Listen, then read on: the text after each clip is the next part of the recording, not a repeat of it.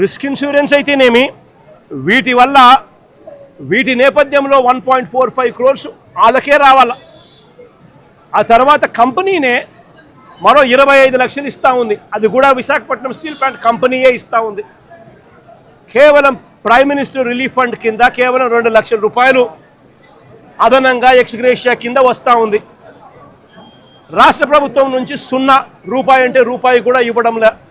మరి నేను అడుగుతా ఉన్నా, ఇక 1.72 crores ఇంకొకటి నువ్వు ఇచ్చేదేందయ్యా బోడీ అని అడుగుతా ఉన్నా.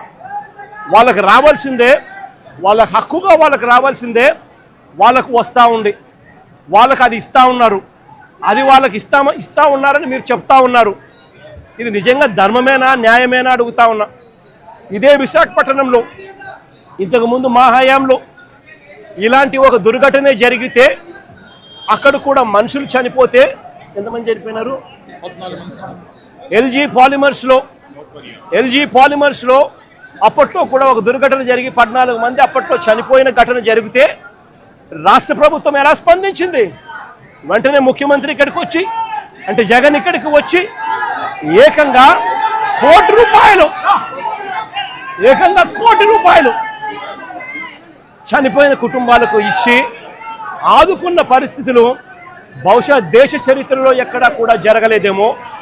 ఒక్క ఆంధ్ర రాష్ట్రంలో జగన్ ముఖ్యమంత్రిగా ఉన్నప్పుడు చోటు చేసుకున్న ఘటన.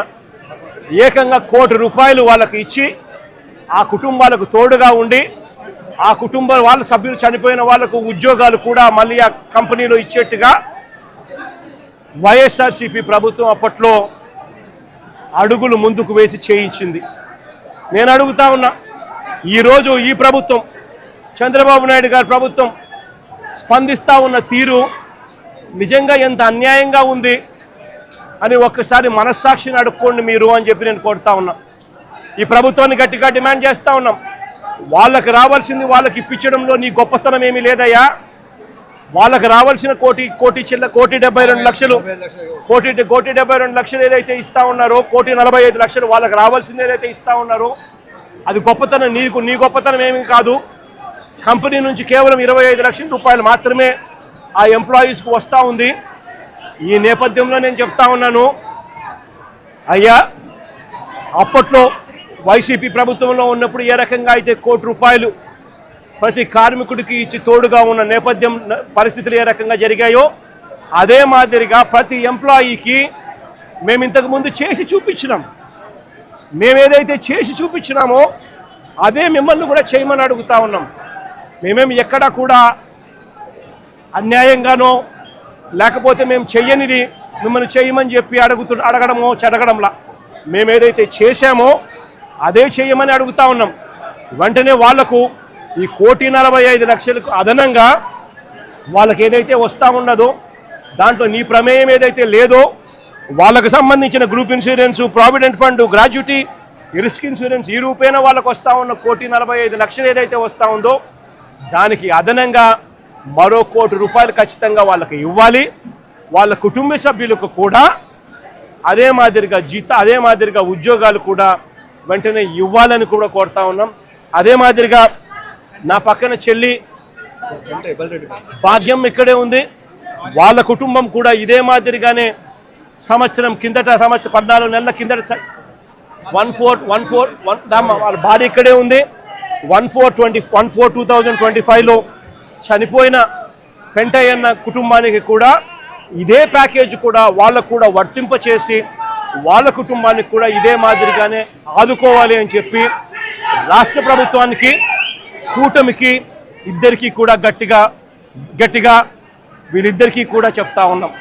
మరీ ముఖ్యంగా చంద్రబాబు నాయుడు గారికి, మరీ ముఖ్యంగా రాష్ట్ర ప్రభుత్వానికి, ఎందుకంటే బాధ్యత రాష్ట్ర ప్రభుత్వం కాబట్టి వెంటనే చిత్తశుద్ధి చూపండి, ఎంప్లాయీస్కి తోడుగా ఉండండి. మీరు కూడా అసెంబ్లీలో వైఎస్ఆర్ కాంగ్రెస్ పార్టీ తీర్మానం చేసినట్టుగానే మీరు కూడా ప్రైవేటైజేషన్కు వ్యతిరేకంగా అసెంబ్లీలో మేము చేసినట్టుగానే తీర్మానం కూడా చేసి కేంద్రానికి పంపి ఇది జరగకుండా కూడా ఆపే కార్యక్రమంలో చిత్తశుద్ధిని కూడా చూపండి అని చెప్పి కూడా గట్టిగా వీళ్ళందరికీ కూడా కోరుతా ఉన్నాం.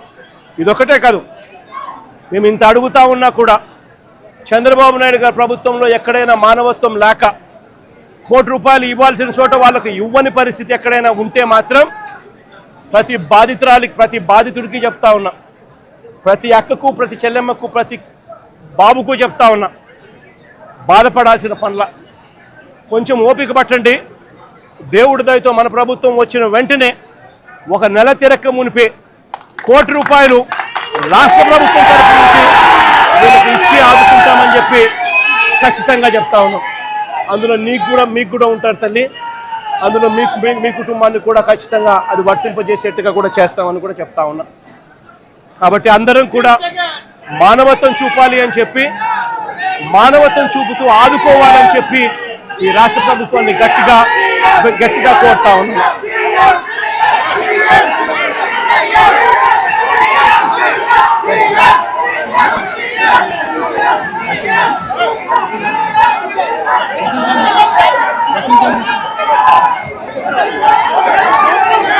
Let's go.